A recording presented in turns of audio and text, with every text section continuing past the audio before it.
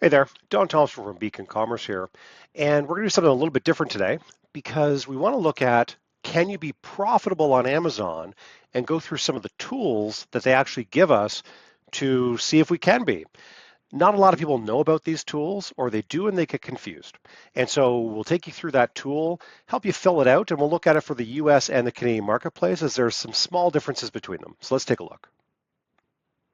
So what we're going to do is we're going to head over to sellercentral.amazon.ca/FBA/profitability calculator. And you don't even need to have a Seller Central account to be able to use this tool. We're going to continue as a guest. And here we can change our marketplace. And I'll pick Canada first. I'm going to put in a collagen powder, collagen peptides. Very common product, sold very well in both US and Canadian markets. And we'll use this as the example. So the product itself in Canada is $44.95, and it automatically loads up the Amazon fees, which are based on the referral fee of 15%. There's also this digital service fee, which is a tax that is put in place by the Canadian government on digital products. Fulfillment cost. Fulfillment is $7.40. So that's Amazon shipping the last mile to the consumer.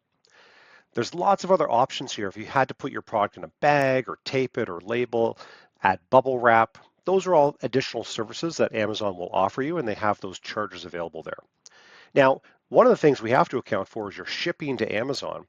How much does it cost you to send in, for example, a case of 20 or 50, whatever that size is, into the Amazon Fulfillment Center? And then we're going to amortize that down to how much it is per unit. So in this case, I'm going to put about 50 cents per unit because we're going to be shipping a case. It's going to be $20, say, and it's going to be a number of units in that there, 40 units perhaps. Now, Amazon has these storage costs. January to September, it's 8 cents. October to December, it essentially doubles. And we have to at least take a look at that. But honestly, this is such a small amount of money. Unless we get into issues of long-term storage fees, we'll be okay.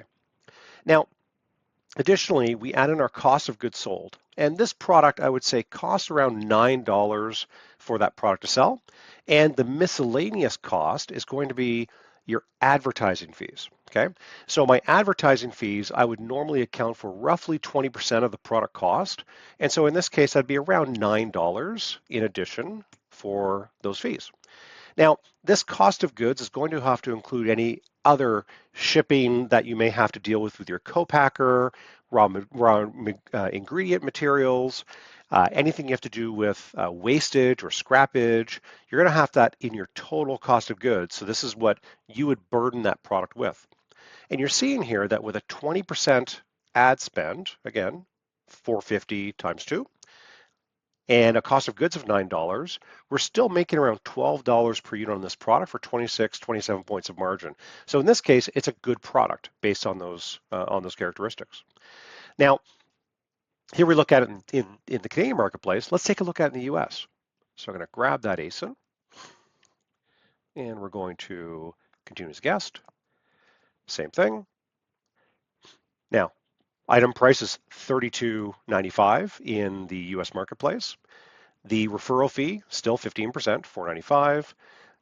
Right now, they don't have a digital fee. They'll add one eventually. Fulfillment costs, again, this is the shipment of the last mile into the customer. And same kind of services with the fees, all in US dollars. Their storage costs, January to September, of around 6 cents. Goes up to 19 cents, triples in October to December for the high months. Again, a small percentage, of course. Now, one of the things we got to watch for is the inbound fees. So as of February 15th, Amazon is increasing those rates as well that we have to be mindful of. And it depends how many units we're going to inbound, how many shipments we're going to do. So that's why I said it gets a little bit more confusing.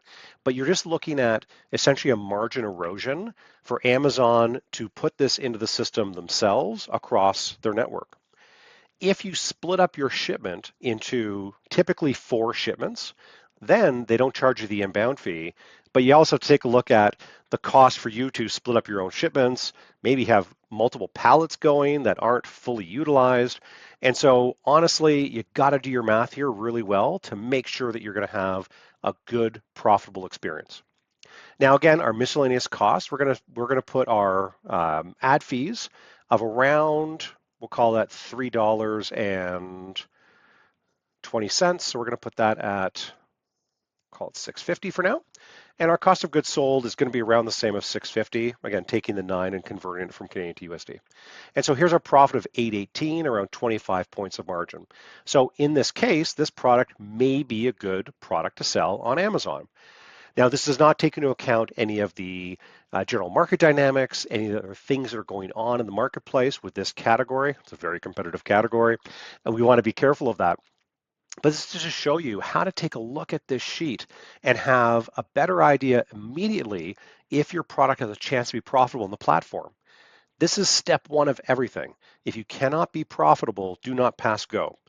We want to then take a look at the competitive landscape and all the other things that are available to us to ensure that we have the best chance of having a successful launch. But step one is always profitability. We want to make sure you're going to be profitable before we move forward. If you have any questions about these, please reach out, let me know. Happy to help when you need. Thanks.